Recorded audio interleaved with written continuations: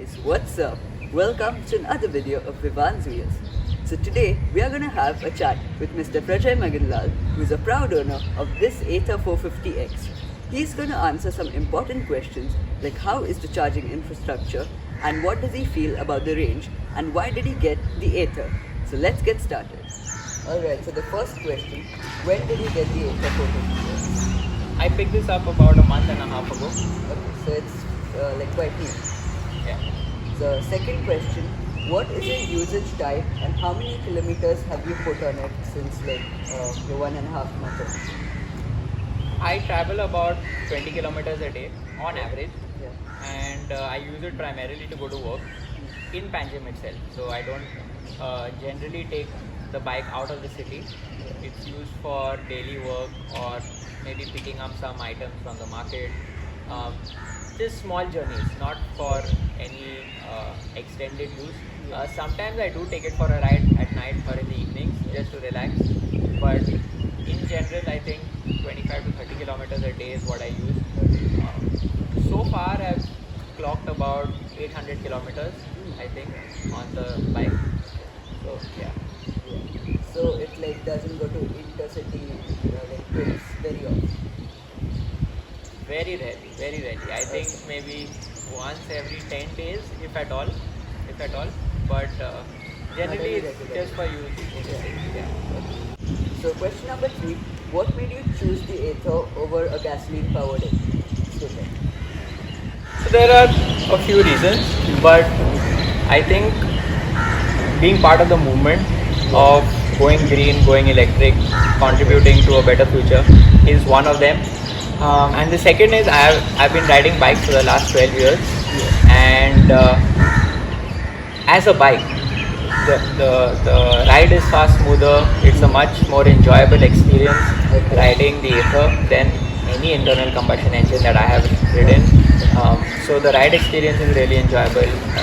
Running costs are really low as well, and I think with the number of features that it has, the park assist. So the park assist is you can reverse the bike actually. So if you're in a ditch or if you're on a slope and you park there, it's easy to move around. It has Bluetooth connected to the phone, so I can use Google Maps. I can check on my phone where my bike is, how much it's charged, and they keep adding new features. So it has over the air. Absolutely. And it's like one of the most high-tech scooters currently on sale in India. Absolutely. And like it'll be a really big boon for the running costs, considering the fuel costs are like crazily high. Right? Yeah. So I just did a general calculation. One full charge cost me around 15 rupees. Okay. Yeah.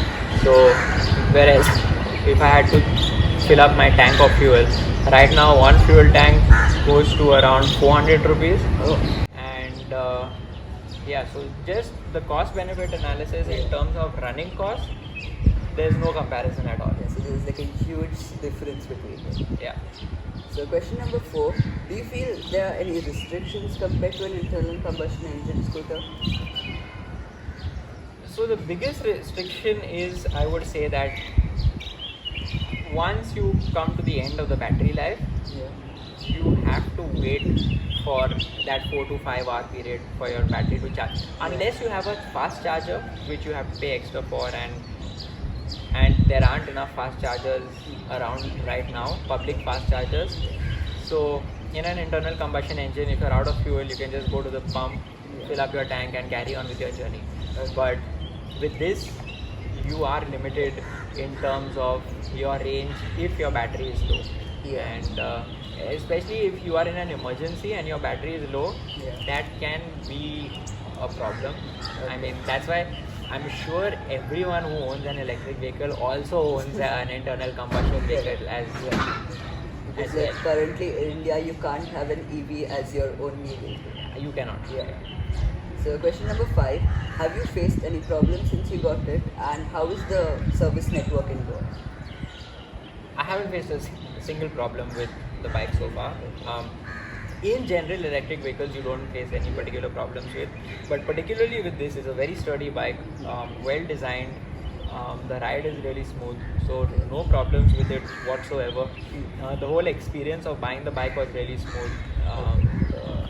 The salespeople were really helpful. They're very knowledgeable about the product as well. And servicing, there is no servicing, so there's no brake fluid to change, or there's no oil to be changed.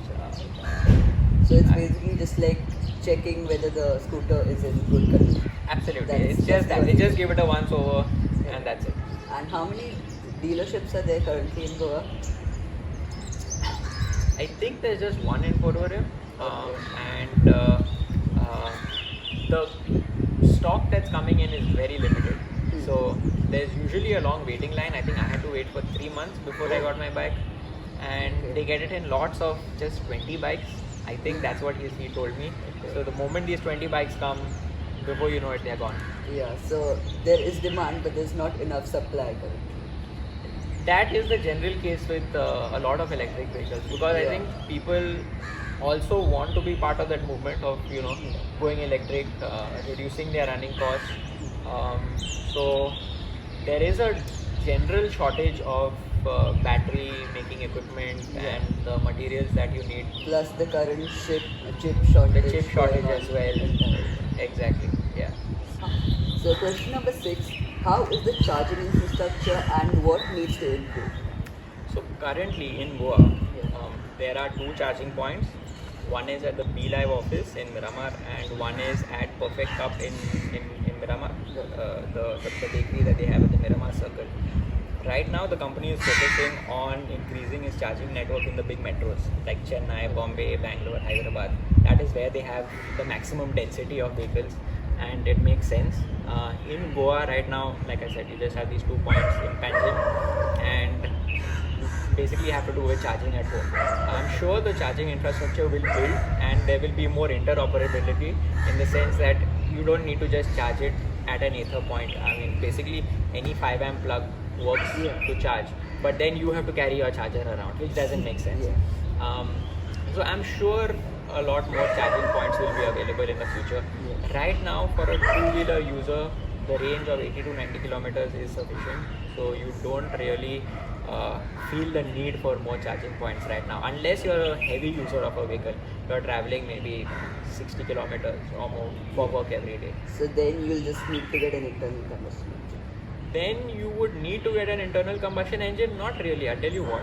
So sometimes my staff take this bike when they have to go south to my store in Varka, and the distance one way is around 45 kilometers. So what they do is, they go in the morning, they take the charger with them, and they spend about 4-5 hours in the store doing their work. So then they keep it on charge, and then it's full charge. They have 80 kilometer range to come back. So if you're going to work, right, you can take the charger with you, charge it while you're working, and then come back on full battery. So that's provided there is a charging facility where you're there. Not necessarily. If you take a charger, right, it goes into any 5 amp. So your home charger, any point, it goes into that. And with that, what will be the charging speed? Will it be slow? So the standard charger which you get at home, it's around 4 to 5 hours for a full charge. And any work hour is 8 hour day, right? So you're working for 8 hours. You have enough time to charge your bike. So next question, how do you feel about owning an electric scooter and not harming the environment? So there is a small misconception with, because I own an electric vehicle, I'm not harming the environment at all. At the end of the day, I charge it, right? And electricity is generated majority through coal in India, correct? So although the emissions are far less than an internal combustion engine, it is not 100% green, although it is a good step in that direction. And if definitely if more cars and vehicles go green and go electric, there should be a net benefit. It feels good, but like I said, buying this vehicle was not just from the purview of going green. It is just a really good vehicle. Like, the ride is far better than any scooter that I have with an internal combustion engine or otherwise. So your main motive was not because it's an electric, but because it's a good vehicle. I would say 50-50. Okay. So next question, would you recommend the scooter to someone? It depends on someone's priorities. So I wouldn't say someone who's on a limited budget and who is say traveling very little every day. So say someone who's traveling maybe say sub 20 kilometers every day. Cost benefit ratio wise, it may not work out, right? So for someone who's just looking at buying an electric vehicle from the point of view of saving money, it may not be the best investment for them at the moment, because battery prices are still quite high. So maybe over a couple of years, once battery prices come down and it's a little more affordable to buy a bike, then maybe it's economical. But for someone who just loves riding a bike and who likes to go on rides in the evenings, or just enjoys the experience of a smooth ride, I think this bike is a very good choice. So, final question. Are you happy with your decision of getting the Ather? 100%. It's like I said, it's a great bike to ride, and it has a lot of features, as I mentioned earlier, that internal combustion engines just don't give you. A lot of safety features, and it's so both front and rear wheels have disc brakes, the parking assist, like I said, the Bluetooth and the Bluetooth enabled screen, Google Maps, just very useful, great design, and looks quite good as well. One drawback I would say is in internal combustion engines, right? You're used to that sound of the engine, and this is absolutely silent. So because it's so silent, there's no sound, there's no noise of the motor. You can hear the sound of the wheels moving. Right? And it sounds like a siren, like a wailing kind of noise. It's quite annoying. So the sound, just listening to the sound, you're used to that engine noise generally when you're riding a bike. But since it's quiet, you hear the sound of the wheels, and it can be slightly annoying. It can be slightly annoying. So I think that is something that they need to work on. Just pure silence is not good also. So something that I really like about this bike, which is unique, is they have this beautiful blue band of light. And now it's a little bright, so you may not be able to see the effect that it has. But at night, it's really helpful, because generally when you open your boot at night, it's dark. You can't even see what's in it. You have to use your phone torch, or you have to rely on some artificial light. But this has an inbuilt, really sleek, really nicely designed light, which just helps. I mean, it's a nice touch that they've added. It just shows that the company has really thought about even the small details while building the bike.